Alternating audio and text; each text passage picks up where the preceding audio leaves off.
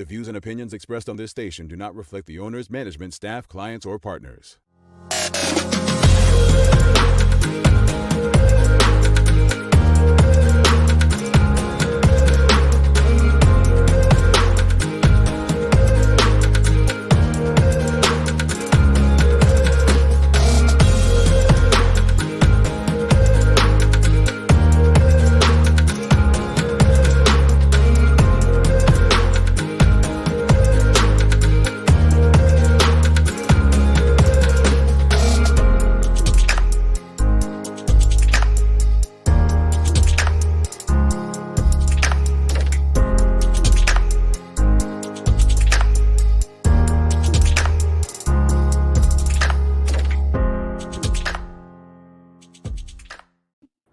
It's Tuesday, the 22nd day of December, 2020. Welcome to the Daily Hour, brought to you by Medical House and Lindos. I'm Jamal Hartman, along with Carla Zool. Thanks for making us part of your daily routine. If you haven't already, share the link, start a watch party, retweet it. Just get the conversation out there to your network. A good one for you today is Davon Adams, a Bermudian nurse working on the front lines in a U.S. hospital during this pandemic, is stopping by. The Daily Play is a remember when, so we got a hint from just who our guest is. Carla should not get this wrong. I mean, she should not get this wrong. Well, at least she shouldn't get what the question's about wrong. She may get the answer wrong because, well, this is Carla we're talking about. That's so rude. That's so rude, Jamal. No, it's all good. It's all good. It's all good. So look, it's been a lot going on. You're in the UK, right? Mm-hmm. One of the things that I feel like we need to discuss now, I was one of the last to know that, is it Boris Johnson, your premier? What's he, a prime minister? I say premier, but apparently it's prime minister. Prime Minister Boris Johnson. Well, apparently Uncle Bart, does his hair always look like that? Like, is it? No, I'm not even being rude because always. Does he style it like that, or is it just? It must be his jowl, because I can't see how anyone could purposely come out the house looking like that, but he looks like that all the time. Okay, and he's not related to the president of the U.S. because they look like they could be distant cousins. They do. Yeah, okay. No, enough about that. I was just confused. I'm being dead serious. I'm gonna go on. You all. I use Wikipedia for my research, so I'm gonna go on Wikipedia, look up Boris Johnson and Trump just to see if the what's the family tree connect. Lineage. Yeah. So no, I saw he did a press conference speaking about a new strain of the coronavirus, right? And so my question, pretty much, as I've seen multiple EU jurisdictions shut down travel between their countries and the UK, now it looks like I just had up Canada is also closing its border to passengers from the UK, right? And in South America, it looks like Argentina, Chile, and Colombia. So you know where I'm going with this. So I'll just put it up on the screen. Should Bermuda close its borders to travelers from the UK? That's the question of this conversation today to all of you. Do you believe Bermuda should shut its borders? It's not going to happen. We know that, but just your thoughts. What do you think? Obviously, Carla, you may have some bias in the conversation. I do, and the answer is yes. I think they should. I hope that they let the flights coming out because, as you know, my daughter's in Bermuda and she needs to come back for school. But I think so. So I don't know if you've seen the footage, but when the way that they announced the lockdown, I agree, was pretty disturbing. Like literally everything was tier 2 for London, because that's another thing. People need to realize there are different areas, because people keep hitting me up saying, how are you doing in tier 4? I'm in Manchester. So I'm in the north, London is in the south. But literally it was like, okay, you have a few hours and then you're going into tier 4, and people started fleeing on buses, on trains, on the motorway. So my concern is, are those Londoners coming north, which is going to make it spread? So I feel the same way when it comes to travel. You have some people that can afford to just hop a plane. So, okay, who's open? Let me go Bermuda. And then they're in Bermuda. So I think Bermuda should. But the other thing I find really bizarre is that some people are only closing their borders for 48 hours or 72 hours. I find that strange.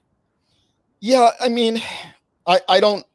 I have so many questions regarding so many things involving, shutdowns and border closings. I mean, I would be here asking questions all day to kind of grasp it. I think what's it called? The France, when they announced they would suspend travel to and from the UK for 48 hours, I was like, so what a 2 day, like I don't get it. So I think I'm sitting there with you. Maybe someone in the audience is an expert and can explain it to me. But again, the question to the audience, I want the audience to let us know, like, what are your thoughts? Like, Bermuda has what, 4 or 5 flights from the UK a week, if I'm not mistaken. Give or take, because I think it's been reduced a bit. And that would make sense. What do you think? Should Bermuda close its borders to flights from the UK? Go ahead, Carla. I was also saying maybe the rationale for the short period of time is that maybe historically, which would make sense, these are the peak times for people to fly out for Christmas holiday. So maybe that's why they're saying 48 to 72. But they've also banned some flights coming into the UK. Now, I have some friends who just went to Turkey a few days ago. And now I think Turkey's one of the countries that's saying they may not fly into the UK. So it's interesting to watch. But I've been calling for the borders to reshut for a long time. Too many eggs thrown at me on different social media platforms. But I just don't think that Bermuda can afford to take the risk. I hear it, and I hear people shouting at me. I hear you about the economy. But if COVID spreads in Bermuda, and you see the numbers, they had 20 more positives last night. If the numbers keep spreading in the way that they can, and this strain is more transient, for less of a better term, Bermuda could be in for some serious trouble. But those egg throwers, Carla, they would say, well, that's only 0.000% of the positives. That's not a lot of people when you really should we shut the borders and 99.99%. You know how they bring the percentages to you. So that's their argument, that it's not as bad as people make it out to be. So why should we risk our economy? That's what they're saying on the other side. Then I would say, and remember I mentioned this a couple of weeks ago or last week, have an emergency plan. Pick a place on the island where you can have mandatory quarantining for 2 weeks on the government's dime. If those people are willing to come in and go to this facility, for lack of a better term, right? And ride out the 2 weeks quarantine, then I think they'll stay open. But if people aren't willing to comply, and this is not a case of I have space in my house, they could do it. If you really want to go Bermuda, and this is a condition, then you abide by the condition. And to me, that's the only way the border should stay open. Indeed. Robert Durham says, yes, we should for at least a few weeks. I think he's saying shut down. Then says, then when people are here, they are not testing positive until their day 4 or 8 test. Esther Earl Trott says, yes, I do think Bermuda should close for a while. She goes on to say, what I find strange, though, is that the UK cannot fly out, but people can go in. Well, I think that's more or less like people that want to come home as well. You can't tell you can't reject locals from coming to their country, as I think it's said. Shamari, Carla. Yes, they should, because the new virus is 70% more infectious and we have a small hospital. However, we won't, because cash rules everything around us. It's about dollar bills, y'all. Is that some rap acronym right there? Cash rules. It's a song, but I can't remember it. Of course. I feel like I'm almost your age with not getting that right there. Renee, Carl. I believe there were some positive cases that arrived last night from the UK, and I wonder if any of these positives were infected with the new strain. Yes, indeed, we have a close connection with the UK. We need to close the border or monitor very closely. But can I say something? It's too early to tell, Renee, and that's my concern. Remember, if they came in last night, not everyone, some people wait 4 and 5 days for their results. So I think that's a bit presumptuous. But assuming that maybe a person is on that flight, and if they're out and about within 4 to 8 days and be asymptomatic, because it is that. This is an interesting time because I feel like from the time we even started this show to now, it's like it's two sides, right? It's a coin. One side of the coin is we can't shut the borders because of the economy. The other side of the coin is we must shut the borders to contain the virus and reduce spread. And it's almost like neither side has found common ground outside of saying, more rigorous testing and more stipulations in place where people can't move if they decide to travel. I was talking to a friend last night who lives in New York, and they were just saying, I wanted to go to Bermuda for Christmas, but I would have had to quarantine my entire time there, so it just was not worth it. So my thing is, those are who are visiting. How long are you even going for, right? To be able to enjoy it. Well, hopefully they can work remotely, and see, I think the geographics of it all is a difference. And it takes me back to why aren't there any direct flights from Manchester? When you gave that fact the other day that Manchester is like a really popular airport, right? Or the biggest or something. Remember you gave that fact? So if we had a flight going out of Manchester, it may make it less risky because at this point, the infection rate is not as bad as it is in London, where all the flights are emanating out of. Well, to give perspective on flights are based on the demand of where it's all about tourists, not about locals. You know how that goes. Dijon said, yeah, it is a perfect catch-22. It's one of those situations like, and I just, even when Bermuda's airport shut, I remember when this first happened back in March and February, and people were saying government shut the airport down, and it didn't happen. I don't think, and this is just me assuming working in certain spaces, that decision is not going to be made or driven by a government as small and less powerful as Bermuda's government.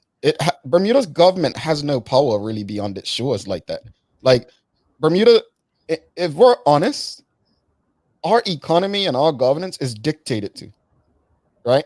Like if Bermuda decides to say they're going to shut down, then it's one of those things. And the whole catch-22 thing, Dijon said, resides here as well, because Bermuda's already starving for airlines and tourists, right? Mm-hmm. If you then say you're shutting the airport, then these airlines could do what they do every winter anyway and just say, okay, well, we'll take this flight to Mexico or Dominican Republic and just keep going there. And the relationship is a bit, it's got a hole in it. So it's bigger than just the Bermuda government doing what's best for what they feel their people in the island. This is about the relationships that they have. And if these people say that we're going to continue flying, and if you tell us we can't fly now, then we'll just keep our flights away from you in the future. It's a tough one.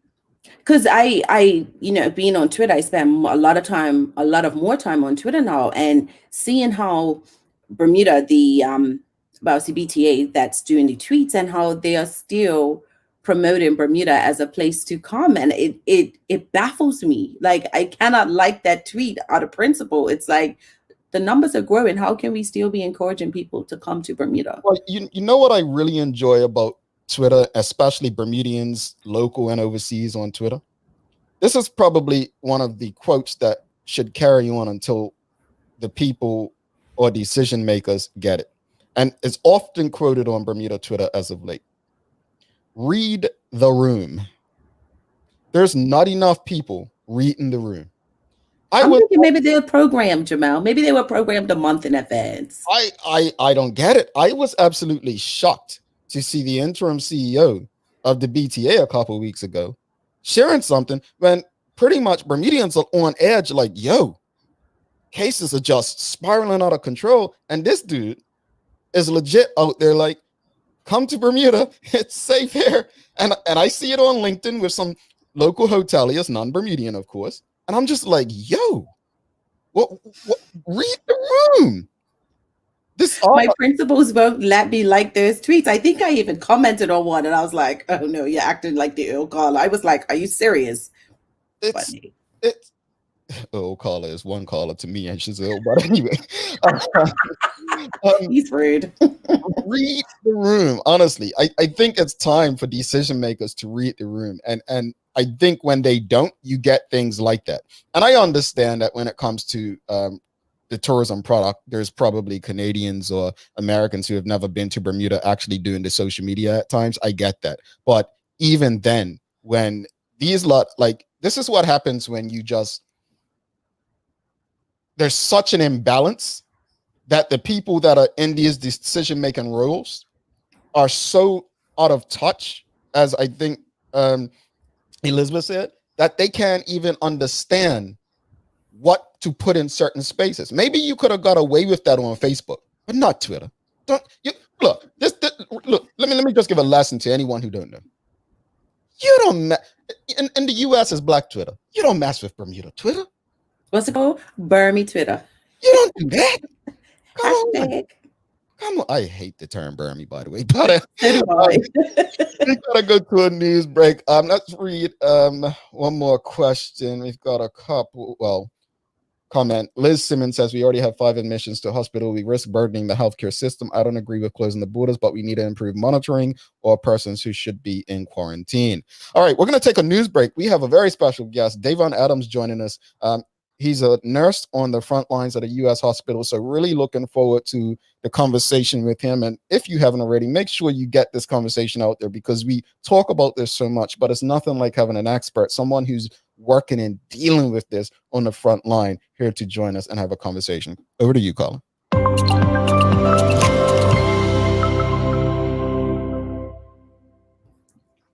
Despite its advisory to the public that curfew checks were commencing Friday, December 18th, the Bermuda Police Service has said a total of 10 individuals were found to be in breach of curfew regulations this past weekend. One person was found to be in breach on 2 occasions. The curfew checks were carried out at different locations across the island as part of efforts recently announced by government to help stop the spread of the coronavirus. Please be aware the curfew is in place from 11 p.m. to 5 a.m. daily. Individuals out and about during these hours without an official exemption, as outlined in the curfew regulations, could find themselves summoned to appear before the courts. If you are not sure as to who is exempted or how to apply for an exemption letter, please visit www.gov.bm. The Bermuda Police Service wishes to remind that we all have a part to play in stopping the spread of the coronavirus disease, and abiding by the curfew regulations is key to helping achieve that objective. In view of the UK government announcement on Tier 4 and specifically relating to Bermudians in the UK involving their travel, the Bermuda London office is advising that in line with UK government guidance, individuals resident in Tier 4 areas must not leave their primary place of residence unless such travel is essential, example for work or educational purposes. If an individual requires to travel, they must stay within their local area and look to reduce the number of journeys they may take overall. This includes a ban on international travel. If an individual is ordinarily resident in Bermuda and traveled to the UK for purposes of vacation, education, or medical reasons, the current rules allow for their travel to return to Bermuda. Jamal, did you know that December is business plan month? Every business, new or old, needs a business plan to see them through. The best way to celebrate Write a Business Plan Month is obvious. Write your business plan. There are hundreds of places online you can find a basic business plan model to start and be on your way. Many new business owners find the writing of a business plan somewhat threatening. They come with a bunch of questions you may not have even figured out at whatever stage you're in. But be honest about this. The business plan is more for yourself than for others, and not knowing quite what the future holds can be included in the verbiage of your business plan. Turning to weather, with a mix of sun and clouds, Bermuda will see a high today of 73. The temperature in Orlando, Florida will reach a high of 69 and 52 in London, UK. On a programming note, make sure you tune in all day to the Full 100 radio on Christmas Day for some of your favorite holiday classics. And don't forget, on Wednesday, December 30th, we will be presenting the final episode of the Daily Hour for 2020 on YouTube only. So make sure you subscribe and click on the notification bell. That's your daily hour news break. Speaking of that, YouTube, Annie, I'm gonna call my partner out. Remember yesterday we did ask the question. Yesterday's question was to subscribe to our YouTube channel and take a screenshot and send it to us. Well, I don't have the responses yet, so doesn't look like we'll be able to give away today. So tomorrow we'll be just double up for you. But we do have we'll have another something for you today to play. On that note, don't worry.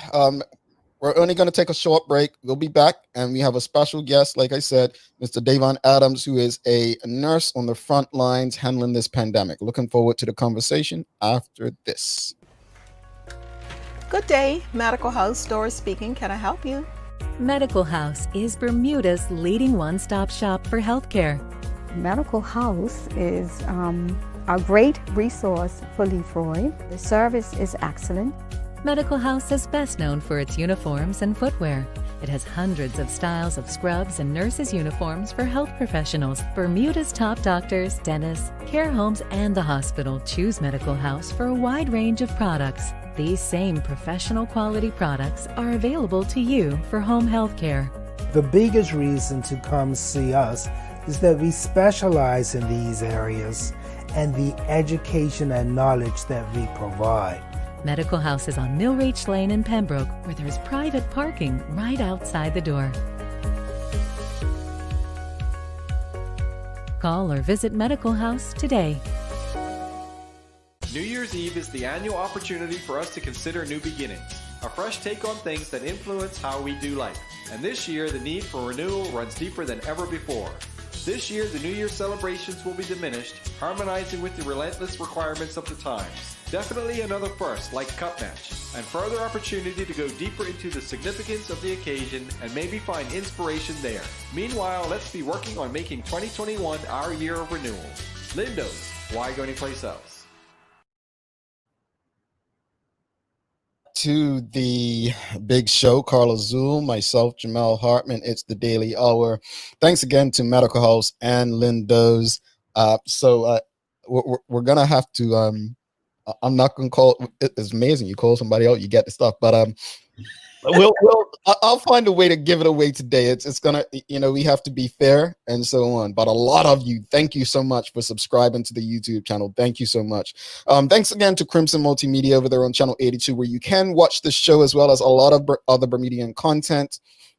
Don't forget the Christmas episode, Bermuda Shorts by Tashelle Bean, will be showing on Christmas Eve. So let's support Bermudian content. I'm not a begging man, but I beg you to support Bermudian content. For years growing up in Bermuda, we complain about not supporting Bermudians, not having enough Bermudian this, Bermudian that. Watch channel 82. Support the content. People are working hard to bring it to you. All right. Without further ado, let's bring in our talented Bermudian for the day, Davon Adams, to have a rather.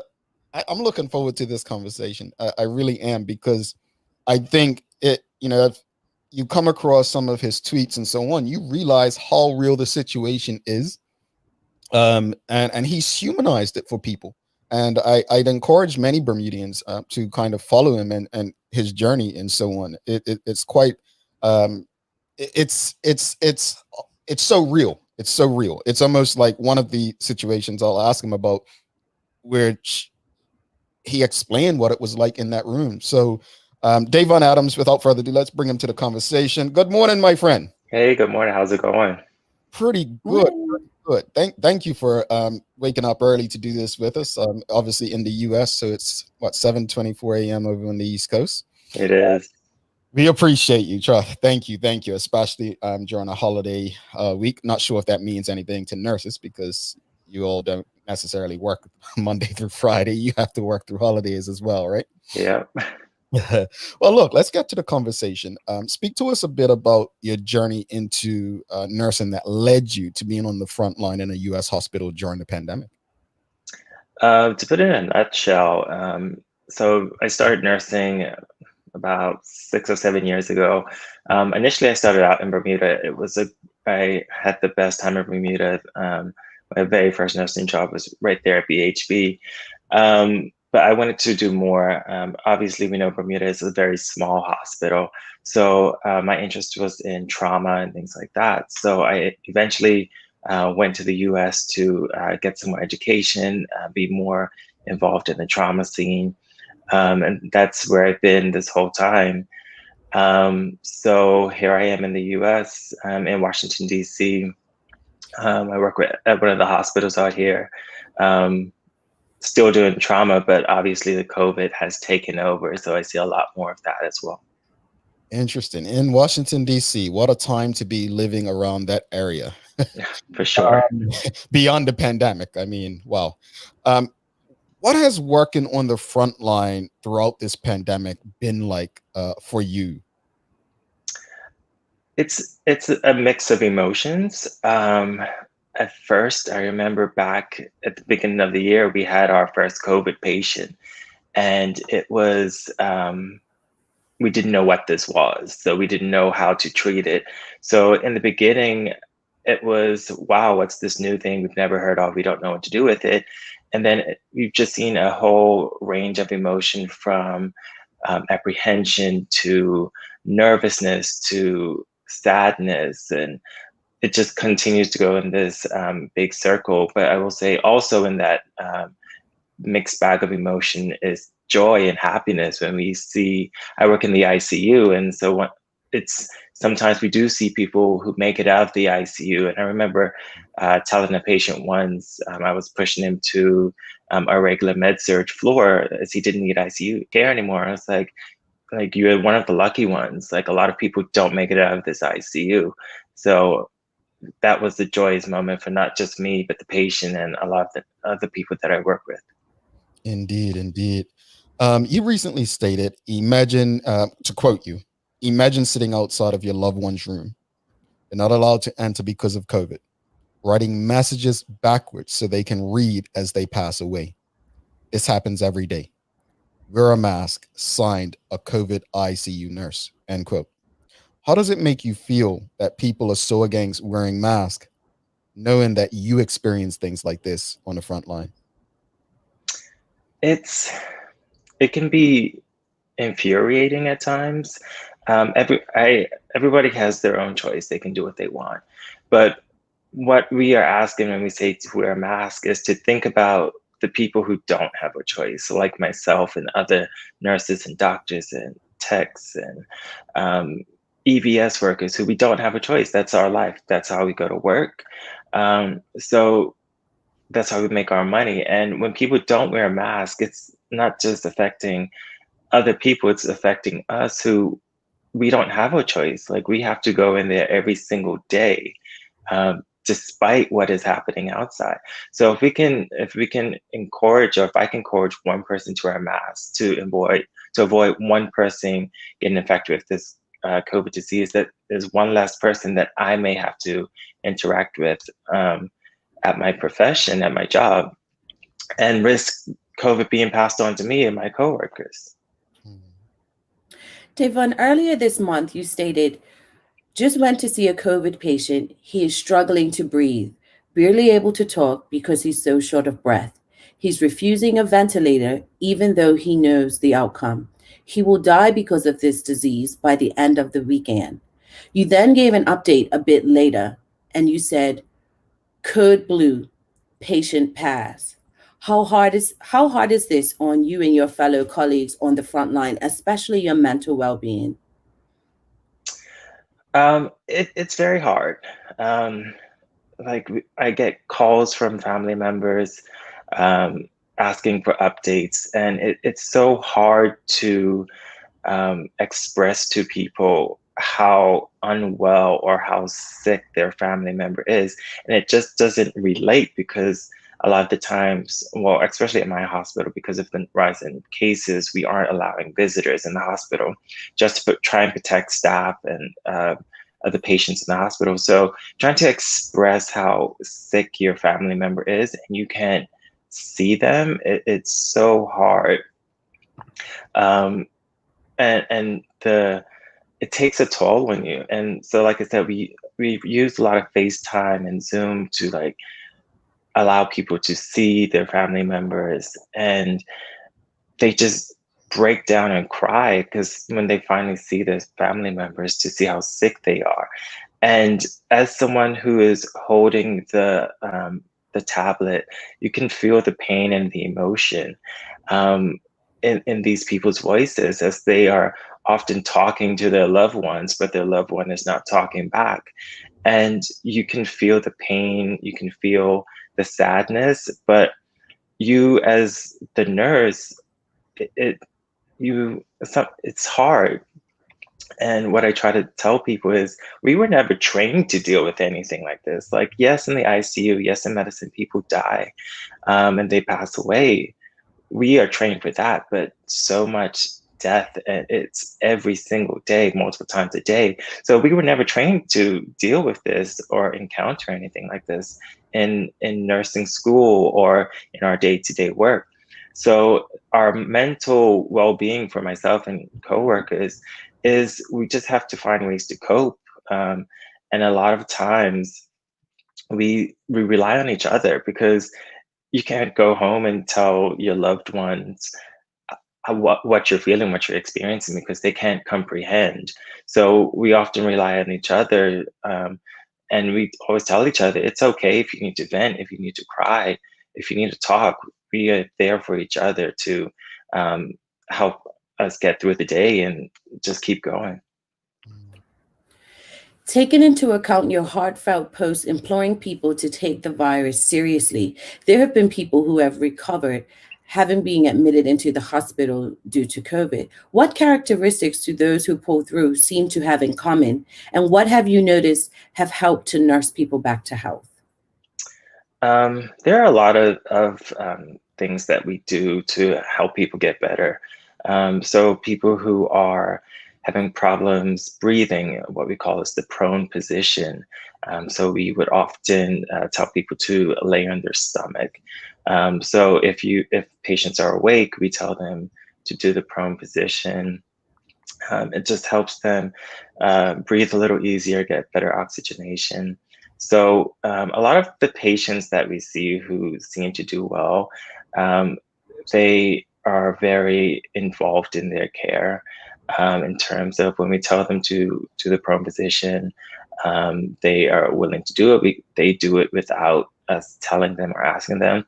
So I say that people who have this virus, who have this disease, who are symptomatic, breathing exercises, taking deep breaths, and just basically don't exert yourself too much. You want to preserve all of the oxygen you have to use for your benefit. Now, as a frontline worker, and then recently you've heard, like in the UK, how there's this new variant of COVID. As a healthcare worker, does that concern you? It does concern me. So I was doing some research the other day, and we know that viruses, they can mutate, and it seems like this is what's happened in the UK. And unfortunately, it's moving down the path that coronavirus may be around for a very, very long time. If you look at the flu and influenza, every season we have a new variant of this. And that's why we have to keep getting the flu vaccine. And it seems like this is the road that coronavirus is headed down, that if it continues to mutate, we can continuously be chasing our tail. So we now have this vaccine. We don't know how effective it's going to be against other variants of this coronavirus. So are we going to have to continuously get coronavirus vaccines? Are we going to, we just don't know. And it could mutate to a point that it can be more deadly. I know in the UK, it doesn't show that it's more deadly, but it is 70% more transmissible. But what if one of those variants and mutations make it more deadly? We could be back at square one where we don't have a vaccine to treat this new variant of coronavirus. Now, we've had a number of guests on the show recently discussing preventative measures. What has seeing the impact of COVID firsthand inspired you to do different in your own life? Just like everyone else, I've been more conscious about cleaning, sanitizing, face masks. Before at the hospital and as a healthcare worker, we always do things like sanitize your hands before we see patients and things like that. But now in my head, it's always times 10. Like I work firsthand with these patients, and then when I go to eat food, it's always like wash your hands a lot longer and sanitize the surface. So I've taken that outside of the hospital and put it in my daily life at home. So as soon as I come home, the first thing I do when I walk in the door is wash my hands. I'm taking my clothes off. I don't think that people in the community need to be as strict, but like as a healthcare worker working with COVID, I take my clothes off, I isolate that from everyone, or all the rest of the clothes, and I wash my clothes separately. I use sanitizers and Lysol wipes and everything to clean surfaces. So like I said, it's just basic hygiene principles, just heightened a little bit more for me. When you hear people discussing, I mean, in the US, there's been tons of, I guess, political marches against wearing masks, against shutdowns. In Bermuda last week, did I just Bermuda? Did I did that? Just Craig kind of aired Bermuda. But in Bermuda, there was supposed to be a anti-mask march a couple weeks ago, if not last week. From your perspective as someone on the front line, what would you say to people who are anti-mask or are anti-lockdown? Like, is there anything that you can say outside of what you said already to just get people to comply so we can get through this? Talking about Bermuda specifically, we have to think that Bermuda is a very, very small country. Out in the US, we've got these anti-maskers and anti-vaxxers who, for whatever reason, they decide they don't want to do it. There's a lot of space out here. In Bermuda, you aren't that fortunate. So those people who are anti-maskers, you have to think about your neighbor, or you may see your aunt, or it's so small that eventually it's going to come back to you. And Bermuda has been very, very fortunate that, unfortunately, yes, people have passed away, but it isn't the numbers that we are seeing here in the US. But that could change at any moment. And those people who are anti-maskers, it can be your family member who's exposed, or it could be some of your friend or things like that. So you don't have the space to just spread out. Like here in the US, we can go miles and just be alone. You don't have that that ability in Bermuda. You've got to go to the grocery store. You've got to go to the gas station and things like this. So you don't have the ability to spread out. It's always around you. So if you can just wear a mask and protect that one person, it's not hurting you. It's not making you feel any different just to wear a mask. You mentioned that you have had people who have both passed and you've had people who have recovered. And I just want to know, because when people discuss this, they use information that they've probably seen or heard maybe in the news or some sort of television or just general conversations, that the only people that seem to be impacted badly from the coronavirus are those who have or existing conditions. Has this been true in your case? Has everyone that's been impacted had a condition already, existing condition? It's not 100% true. There are people, I've had 28-year-olds in the hospital who fine, nothing wrong with them, and they are struggling to breathe. So I will say there are a lot of people who don't have existing conditions who get the virus, they feel sick, they feel a little short of breath, but they recover. People with existing conditions, they can do a little bit worse, but it's not generalized for everyone. It's a lot of these people say, oh, I'm healthy, I'm fine, I'm young, I'm okay. But that's not the case. There are so many people who feel fine, and then they get the virus and they are the ones in the hospital.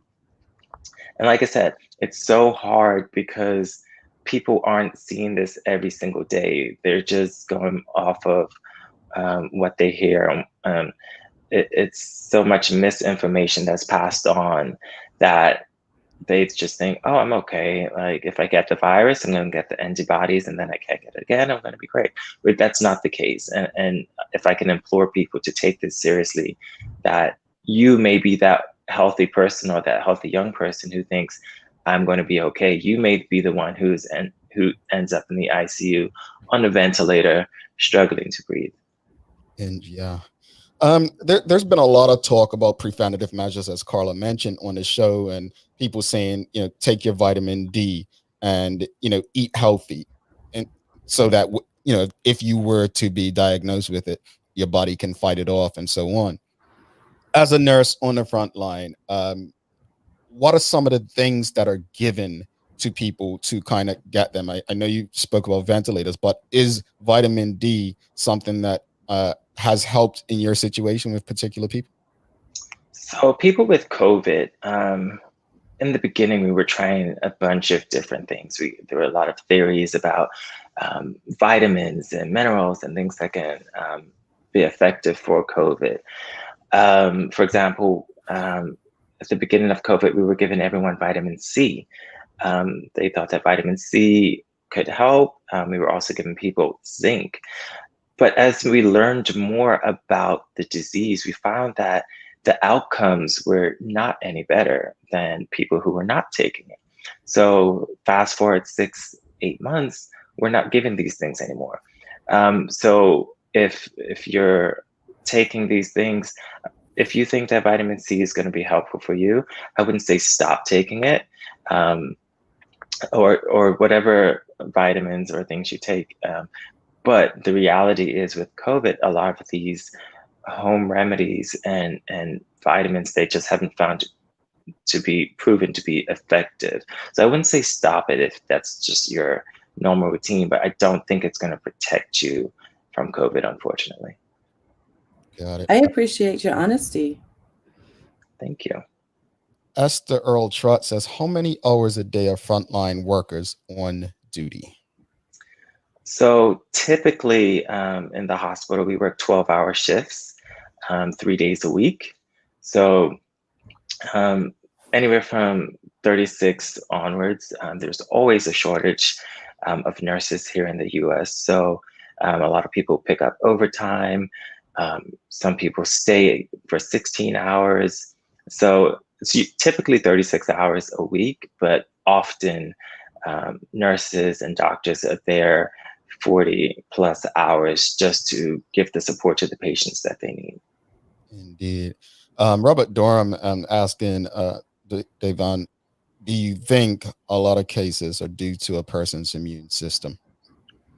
It can be, of course. So your immune system, it fights infections and things like that. So if you have a suppressed immune system, people who are immunocompromised, patients who are receiving cancer treatment for whatever reason, if you have a weakened immune system, then yes, the coronavirus does take a larger toll on your overall well-being and chances of recovery.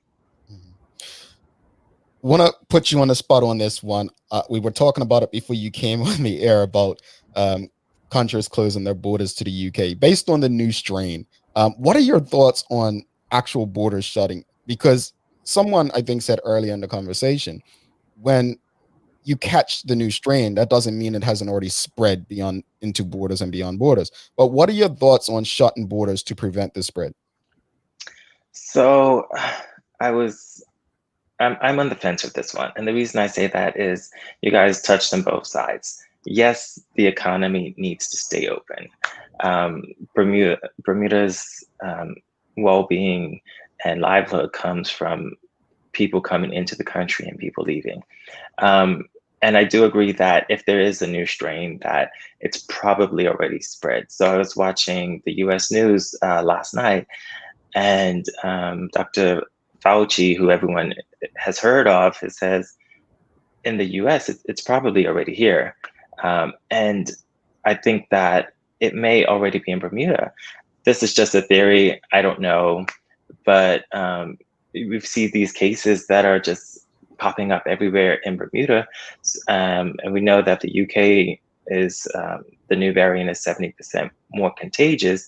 Could this be a reason why? That being said, I think that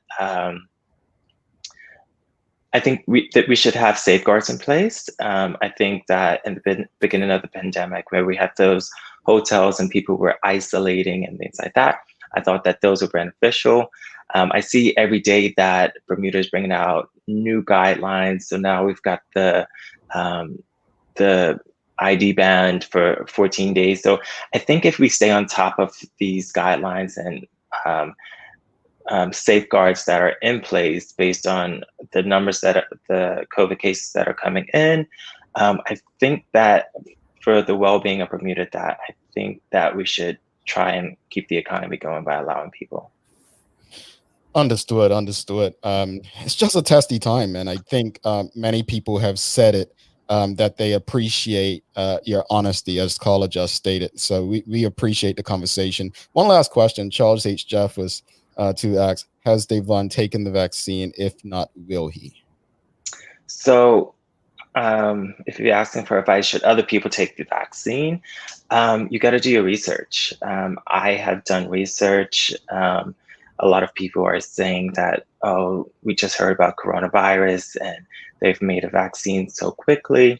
But we have to realize that coronavirus has been around for a long time. It's just this COVID-19, this recent virus that hasn't been around for a long time. So these companies, they've been developing a coronavirus vaccine for over 10 years. So that's why people say, well, on Lysol cans, it says kill coronavirus, because we know coronavirus existed many, many years ago. So they've been making this vaccine. So the vaccine is available to me. I will be taking it. The numbers at hospitals, it's a lottery system. I have put my name in, and a lot of nurses and doctors, they are taking the vaccine. And so, yes, I will be taking the vaccine once I am eligible via the lottery system. Alrighty. Renee Charlene Simmons says, I think if we had more people from the front lines, this alone would inspire people to follow the rules. It's very disheartening hearing what actually goes on. I applaud you, Davon. Thanks for all that you do. Stay safe and God bless. So a lot of supporters, thanking you for your service. And we thank you for taking the time to have this conversation with us and with our audience. It definitely, we can only go by what we see in the news, but it's nothing like having someone from the front lines here to speak with us and engage with us. So thank you so much for doing this. Absolutely. And it's just remind people, wear a mask, sanitize, and socially distance. And thank you guys for having me on. I'd love to be back anytime you want to have me. Oh, don't tell me that. Yeah. Honestly, we look forward to having you back, and a lot more to talk about, because I really want to get into things about nursing. Like, for instance, there are people who may have thought about doing nursing and then they may be scared off based on this experience and some of the lessons that you've learned. But obviously we'll talk about that later on, but we definitely would love to have you back, Davon. So thanks again. Absolutely. You're welcome. Thank you. Well, really appreciate that conversation. And look, the power of social media to bring us together, to engage and have conversations like that. As he said, I mean, this was something new. You said you appreciate his honesty, Carla, and when he said, we were given vitamin C, we were given this, they didn't know how to respond. But I'm so happy to hear that there are people that are making it out, and I don't think we speak about that often enough. It's always the doom and gloom and the death, but there are a lot of people that have gone through and have come out, and so understanding what some of the similarities and characteristics are with that are helpful. So thanks again and there's a lot of Bermudians overseas that are doing so much, and I just want them to know that they're valued, they're appreciated, not only by the people that they're working for and the places in which they work, but also by your fellow Bermudians. So thank you to everyone who's out there doing a thing. we're going to take a quick break. Then we'll be back with the Daily Play, and then we're going to have we're going to figure out a way to get you all some more prizes, because don't forget, our final episode is going to be tomorrow. Final episode before Christmas is going to be tomorrow, and then we'll be back for one last peace out next week before we go into 2021. All right, so stick with us. We'll be right back after this.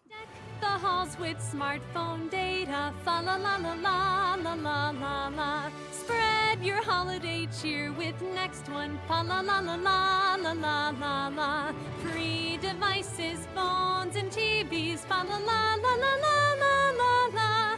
Visit our website for more info, fa la la la la la la la la. Give some unexpected joy this season with free devices, plans that now include more data, and bundles for the whole family. Happy holidays from One Communications. All right, welcome back. Thanks again to One Communications. Don't forget, they'll be on tomorrow, so looking forward to the conversation with them. They've been doing some good things as of late. Got the commercial focusing on highlighting some Bermudian businesses during this time of year. Also, if you have one, they upgraded you all with that data and got you some decent roaming, so when you can travel again, your roaming's going to be a bit better than it was. So looking forward to the conversation tomorrow. Carla's getting nervous, the butterflies in her stomach, because she doesn't know what's coming. So help her out, folks. We really need your help on this one here. Actually, before we go, I just want to go to conversation. Get back to the conversation. Nia Williams says nursing is multifaceted. Don't be afraid to pursue it. And hopefully we can have Nia on as well in the new year, because she's a nurse in the US as well. Dijon Simmons says we need more honesty, too much misinformation. And that's what I appreciated about Davon so much. And I just, all of us can receive information, regardless whether it's your favorite newscast, news channel, or these days it could be YouTube or just your friend on WhatsApp. Some news people get their information from WhatsApp, right? But I think it's nothing like having people who are speaking from their real life experiences here to have these conversations with us. So definitely appreciate it. So let's get to the question. Obviously, it's going to be a hospital. Yeah. So you know what it is. So you've had a chance to Google. All right, here's the question. King Edward Memorial Hospital was first established and purpose-built in what year, Carla? Oh my God, I have no clue. None. 18 something. I'll say 1865. I have no idea. I mean, it was in the same century that you were born. Oh, okay. So 1932? I'll give you the biggest hint. You're 12 years off. Okay, so either 1920 or 1944. You've got to say one. 1944. After Duaro. You just would say the wrong one. Like you 1920. You know what? You ever seen Who Wants to Be a Millionaire? Good way to go, Rosalind. Thank you, boo. If I had that phone call on how to be a millionaire, you would not be on the list of people to call, man. I'm telling you. I use my first hint, say, let's get down to 2, and then I'm calling you to get the last answer, and you like, you said 12, so my mind was calculating real fast. Okay. And I was thinking after the war or around wartime, so 19, that's why I said 44. But thank you, Roz. Teamwork makes the dream work. Hola, chica. Yes. Teamwork makes the dream work. All right. So here's the date for the giveaway, right? So we have a lot of giveaways left to do. So we're probably going to go into the final episode and give a lot away next week. We have $100 gift card to Medical House. We have Linda's. We have People's Pharmacy, Pizzas. We have a lot more to give away, folks. So just stick with us. Here's what you're going to do. It's very, very simple. Outside of today's guest, Davon Adams, you cannot name him. Who was the first nurse to appear on the Daily Hour? I will give you a hint. Bermuda's Nurse of the Year. Oh, okay. So, hold on. Don't write it. Text it. because I know some of you all WhatsApp it. WhatsApp the answer to 441-517-0096. All right, 517-0096. The question again: who was the first nurse to appear on the Daily Hour? The hint: she was live at the hospital too. At the hospital, she is Bermuda's Nurse of the Year. All right, so that's your question. Caller, before we get to the daily inspiration, what are your final thoughts on today's episode with Davon? I have a very, very good friend who's a nurse as well. And I just, it's so powerful what they go through, the purpose that they serve in lives. And I think that we as citizens, no matter where we are in the world, the least we can do is do the best to keep their job from becoming unbearable. I love the fact that he wasn't emotional. He just spoke his truth and about the situation. And I think that people, no matter where they stand on the side of the COVID fence, should take a moment to absorb everything that he said. And after hearing him, what are your thoughts on whether or not, if you were a consultant to the Bermuda government that they listened to, would you encourage them to shut the borders to the UK today? Yes. Okay. I still feel the way I feel. Yes. Fair enough. Fair enough. I'll say this much before Carla gives us the daily inspiration. It's nothing like hearing information directly from a source. Like many others, I definitely appreciate Davon's perspective. I appreciate his experiences and making the time to come and have this conversation with us. My hope, as I've said from the beginning, I don't agree with shutdowns. I don't agree with borders being locked. I believe people should be considerate and respectful and just live better lives. However, you know the however's coming. If we don't do that, then, you know, restrictions will be put in place and we'll be made to comply. So that hasn't changed with me. I just encourage people to be respectful of others, be considerate, and just try to be good people. With that said, Carla, what do you have for some inspiration to send us off until the sunset? We are what we pretend to be. So we must be careful about what we pretend to be. Say it again. We are what we pretend to be. So we must be careful about what we pretend to be. Ah, interesting. Interesting. Kirk Vonnegut. Kirk Vonnegut. How do you spell that? Vonnegut. Okay. The number is 517-0096. So 517-0096. Again, the question is, outside of Davon Adams, who was the first nurse to appear on the Daily Hour? All right. Send that answer, WhatsApp that answer, and you will be in the drawing for a prize. All right. All right. On that note, don't forget, tomorrow we will have the great folks from One Communication stopping by, and then we'll wrap it up, you know, and let you all go enjoy your holiday. We'll come back for one more episode for the year next Wednesday, which I believe is the 30th of December. We'll be on YouTube and channel 82 only. Same time, 8 a.m.